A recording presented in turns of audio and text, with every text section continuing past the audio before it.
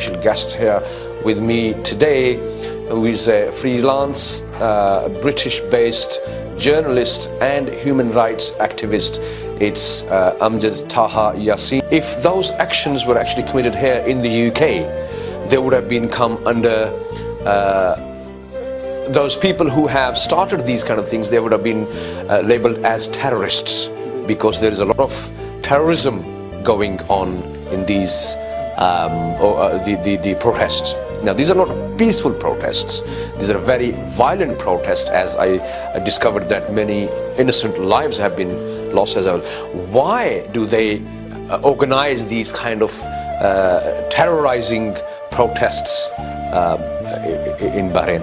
Well, mainly those who are protesting, or those who are causing these riots in Bahrain, mainly they want an Islamic republic just like Iran, and they don't want an Islamic republic, but they want it exactly how Ayatollah is to be in Iran. And they also receive messages from the supreme leader of Iran, Ayatollah Khamenei, and he himself, the director, or what they see him as the director of the rioters and the protesters there. So these people mainly, they want something like Iran, in a state, a copy-paste of the Iranian state. They want another one, another Ahmadinejad in Bahrain, and not the freedom, the peaceful country that they have in now. In other words, they want to import Ayatollahism from Iran into Bahrain. This place I visited in Sitra al-Qarya and Sitra al-Qarya, and then we moved to Krana, which is another village, and in both places I was stopped from filming. And I could see, and the reason for that, because I could see everyone carrying white weapons, such as white weapons with their faces covered. And a freedom fighter should not cover his face at all, unless you're a criminal. Thus, they were covering their faces, and I could see some Molotovs, fire bombs, knives, and other various dangerous weapons in their hands. It's clear. It's clear from this clip that they do not want to be filmed. They do not want to be filmed. Right. And they want people not to be there. They don't want a journalist to attend there and see their crime and what they're committing. They don't want their crimes to be exposed.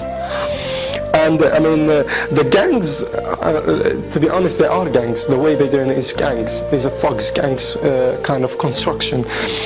The gangs carry out their propaganda by orchestrating scenes in front of the media cameras. For example, they block the road. They block the roads.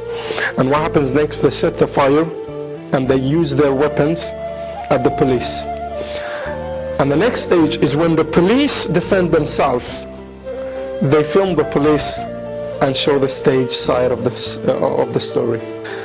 These people are thugs and gangs, supported by some people such as Nabil Rajab and others, who call themselves a human rights activist.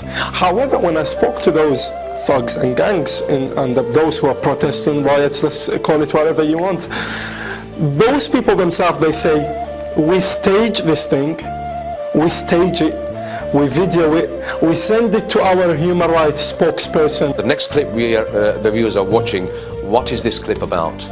As we can see here, the Shia opposition party exploits children by using them at the planned protests, and it's planned protests. Let's. Yeah, we're watching this part now, and the children aged, this child is aged 13 years old. Apart from being nearly run over by a car, is placed in a dangerous position late night, and he was given no knowledge about the event at all, and was just given a job as parking attendant for a member of the members of the Al-Wafaq party. Simply abuse of child labor. The children are used here Again, I'm questioning this person, why you attending here, your reason for attendance. He refused to know, and he doesn't know. He says, I don't know what I'm here for. He's just being used, but he doesn't know the purpose because he's been paid a few dollars just to attend this car Exactly, park. about 20 dinars. And risking his own life as well. Exactly. A small child. The children are used by the party and their radical parents to attend the planned event, and are seen as just numbers. And the children are brainwashed and have no proper knowledge of what they are part of. We're just going to continue looking at this, some clips. Now, this is if the human rights organizations actually watch this video clip, they will clearly say that this is a child labor and putting the children's lives at risk. As you can see here, and one man that I asked, he said he makes $1,000 per day. There is a lot of illegal trade in this carnival. I mean, in this following clip, we'll see the carnival events that the radical groups claim to the media and the world as being a revolutionary, kind of revolutionary protest or strikes. As you mentioned, it's like Notting Hill Carnival. As we saw, I myself saw an expensive cars that many are not even privileged to own in UK. Beds, as you can see in this video now, beds inside the tents, girls and boys dating each other, man and woman conducting what they call the temporary marriage as the Mut'ah. So this all happens in this carnival. In this strike.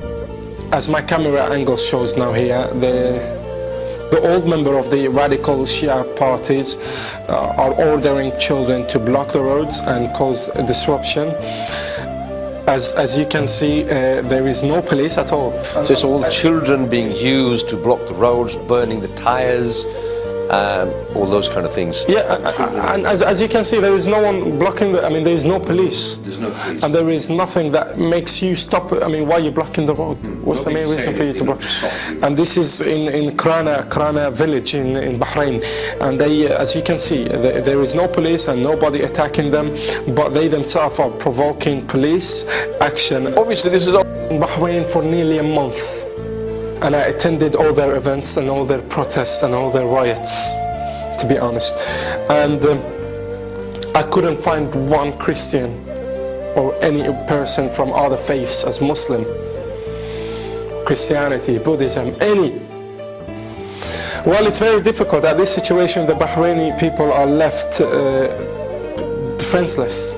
They can't defend themselves, and the government trying their best not to use any action against those riots, just in case they commit any abuse against the human rights. Okay, let's watch the next clip, viewers, and see the. Actually, we have Amjad here, who has taken a big risk. You had life-threatening messages as well from the Shias, these terrorist groups as well over there in Bahrain. Tell us a bit about that. As we can see on this picture, this is a website for the Shia radical groups who are in Bahrain now, for the rioters. And here in this website, it says in Arabic, break.